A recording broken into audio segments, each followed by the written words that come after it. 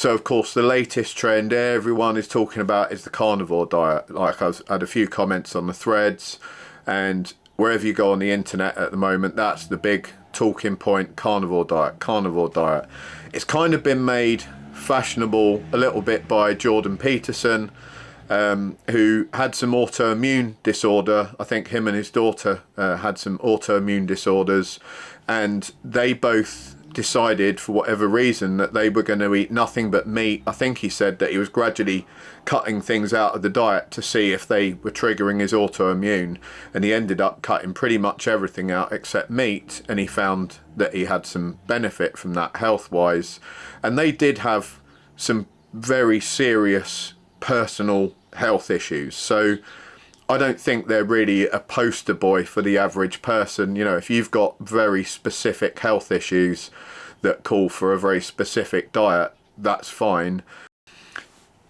You know, if you've got celiac disease and you can't have any carbohydrates at all, or any gluten, I think it is, then you really need a very specific diet. If you're diabetic, you might need a very specific diet. That doesn't mean that that diet is a great diet for everyone else on the planet. It just means it's correct for your specific disorder. So although they've popularized it, because I love Jordan Peterson, I think his stuff's really cool, but he's not a nutritionist, and he's eating something that is specifically to help him. And he's not certainly advocating that everyone else on the planet should eat that. Then there's been a few other people that have realised that you can kind of make money out of this fad.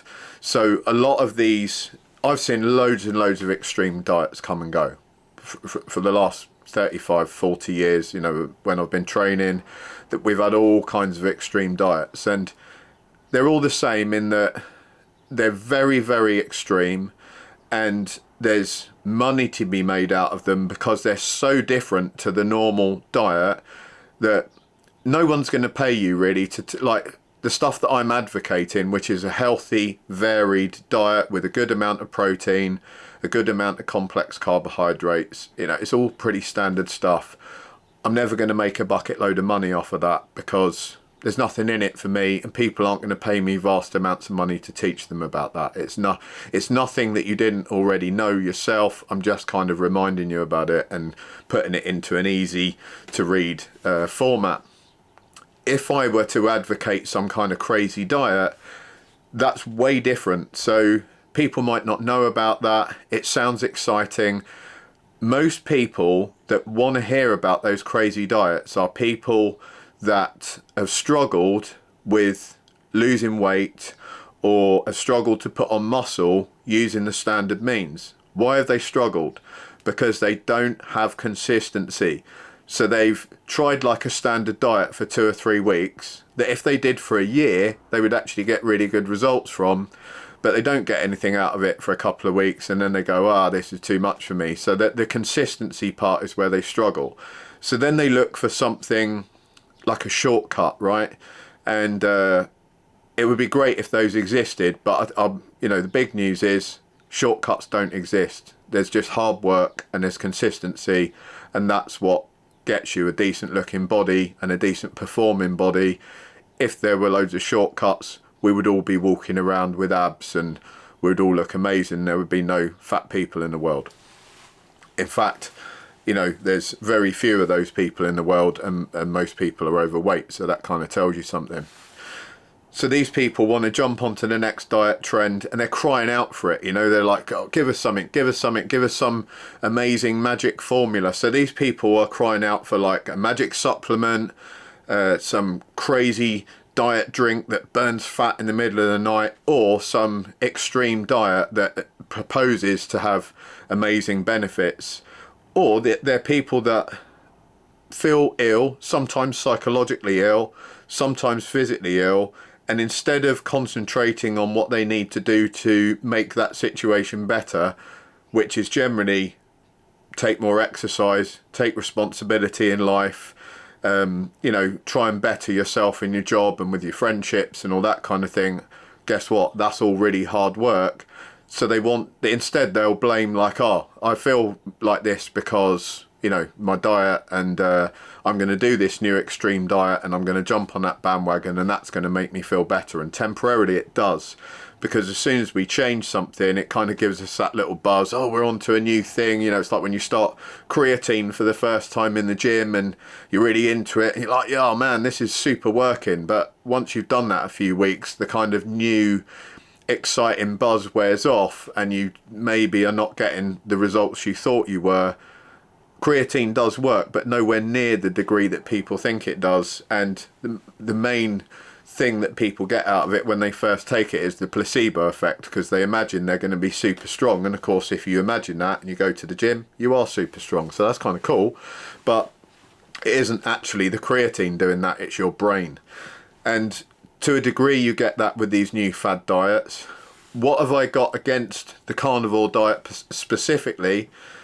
I've got nothing against low carbing or very low carbing, you know, keto diets and that whole concept. I've used that when my diet basically involves, if I'm cutting down body fat, I start at a reasonable maintenance calories, and then I reduce every 3 or 4 weeks. I reduce the calories and reduce the calories, normally by reducing carbohydrates specifically. And by the end of it, I'm pretty much down to a keto diet of virtually no carbs at all, maybe a few green veggies. And that does help burn fat. But every time, if I started right at that extreme end of the diet, I would get good results for about 3 or 4 weeks, and then my metabolism would adjust and the results would start to slow. Now, when the results start to slow, because the body always wants to be in homeostasis, right? It wants to be the same. It's hardwired to do that. Why does it want to be in homeostasis? Because that's safe. If you're alive and the body's functioning in a specific way, then why would it want to change? So if you start changing things, which makes the body have to adapt, the body's going to also adapt to not change, because change could be dangerous, right? You know, losing a lot of body fat, if you're suddenly going to be, you know, stuck in the wintry conditions for 3 months or something. I'm talking evolution here. You know, hundreds and maybe thousands of years ago, the body would not have wanted you to do that. It just wants to stay the same all the time, because that's a safe place. It's survived this long staying the same. Why does it need to change? So we have loads and loads of mechanisms in the body that ensure that we come to this point of homeostasis, to stay the same. So when you reduce your calories, the body will adjust its metabolism. 3 or 4 weeks later, you'll stop getting the results. If you've painted yourself into that corner and you're already on this extreme no carb diet straight away, what are you going to do in 3 or 4 weeks? How are you going to adjust that? You're going to eat a bit less meat. There's no carbs to take out. You're already probably on pretty low calories, and then you haven't got maybe enough energy to train really hard, so it's going to be really hard to up your training. And at the end of the day, what have you achieved out of that you couldn't have achieved in a stepped approach, which gave you loads of energy, decent training in the gym, and it didn't make you feel like junk? The normal diet doesn't give you that exciting feeling of, oh, I'm on this crazy extreme diet, I'm going to get all these amazing results. It doesn't give you that feeling because it's not extreme. But that feeling wears off as well. After 3 or 4 weeks, you're not like super excited about that either.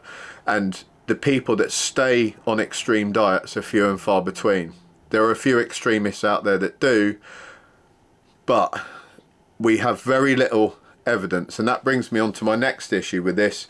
People that are saying that this diet is beneficial for health issues. Well, there's a lot of pseudoscience behind that, and there's virtually no actual medical literature behind it. In fact, all of the nutritionists' literature, pretty much, apart from a couple of really out there nutritionists, but the 99% of nutritionists are going to tell you eat a diet that's varied, that has plenty of plant matter in it, that has plenty of vegetable and fruits in it, and a wide variety of phytonutrients, because it's not just your protein, carbs and fats, it's all these tiny micronutrients as well that help with cellular activity in the body, that help regulate your gut biome and make sure the body's doing everything it can, including things like warding off cancer. So we're going to adjust that, you know, from something we've got like years and years of data on, that the medical community and nutritionists, that, by the way, nutritionists study nutrition for a living. When people say, oh, I've done the research, and you're like some guy on, you know, in the comment section of a YouTube channel, mate, doing like a day of research and looking at some Joe Rogan articles, that doesn't beat someone who's a nutritionist that's done like 30 years worth of study. So please don't think that that's research. Research is actually doing it as a professional, as a job, day after day, and looking at thousands and thousands of studies and then compounding all that information together. You know, it isn't reading like 4 articles from nature.com or whatever and then, you know, thinking that you've got some kind of diploma in nutrition. So one of the concerns is that we got very little data on this carnivore diet, and we don't actually know how that's going to affect these processes within the body.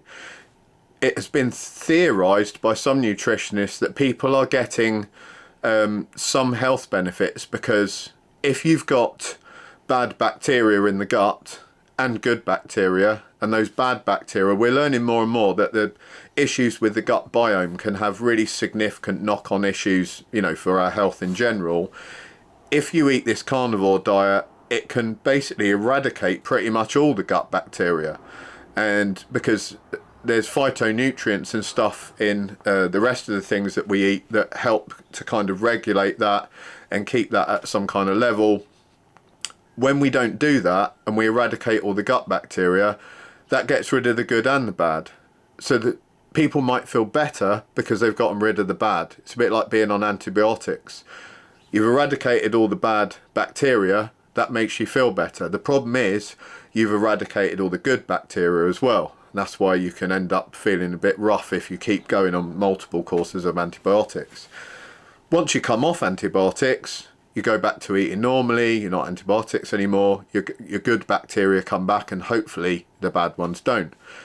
If you're on a diet that doesn't help regulate either of those types of bacteria in the gut biome, you end up with none for a long period of time. And what we do pretty much know is that's going to have some long-term health consequences. No one really knows what they are at the moment because it hasn't been studied widely enough. There's not enough people doing it. There's only a very few anecdotal things, you know, some people on YouTube or whatever that are saying it's amazing, get on it. It's a relatively small community, and there's no hard evidence from those guys other than that they say they've had good results. But what does that even mean? You know, a guy saying he's had good results, it just means he feels a bit better after 2 weeks of doing it.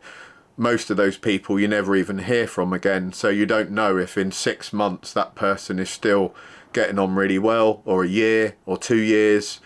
What's happened to them then? You know, are they in hospital? Are they a professional athlete that's doing amazingly? We don't know. So I would be loath to jump on any form of diet that doesn't have a decent amount of science behind it, proper science, not pseudoscience, not random people saying it's good, but actual science. And why would I want to? Because the science points to a diet and training program that absolutely work for everyone. Anyone that does a good diet consistently and a good training program will lose body fat, will be healthy, and they will get the aesthetic and the you know, results, the performance results that they want. So what on earth are people searching for over and above that? If you can achieve that by doing what what the experts recommend, why would you search for something else? And I think people are searching for something other than diet. I think they're searching because of their own sort of issues in life, that they're kind of looking for exciting new things to try and do, and they're in belief that those things are going to change their lives, you know, for the better. And actually the way to change their lives for the better would just be to be, you know, consistent, responsible, and take responsibility for all the things in their life, and make them better in general. So I won't be doing the carnivore diet. I won't be doing any diets that are unproven and just random fads. In about a year's time, no one will be talking about the carnivore diet anymore. It'll be something else. You know, I've seen this all come and go. Wheatgrass diets and green smoothie diets, and you know, only eat. God, in the 70s there was people that were like cabbage soup diets and all kinds of stuff. You know, and it was all supposed to be the end result. You know, the paleo diet. That was it. The only eat grass-fed meat diet, and only eat vegan diet, and everything we've seen. None of those have provided us with an excellent answer. All they've provided is a trend that's lasted a few months and disappeared. Thanks for listening. I'm sure this will be polarizing. I'm sure I'm going to get a load of zealots in the comments going absolutely mental about the carnivore diet and how amazing it is. And I would put to you, hey, so's a normal diet, and that's got the decent health benefits to it as well, without the unknown question mark over it. So why do I need it? Thanks a lot. Have a great weekend. Bye now.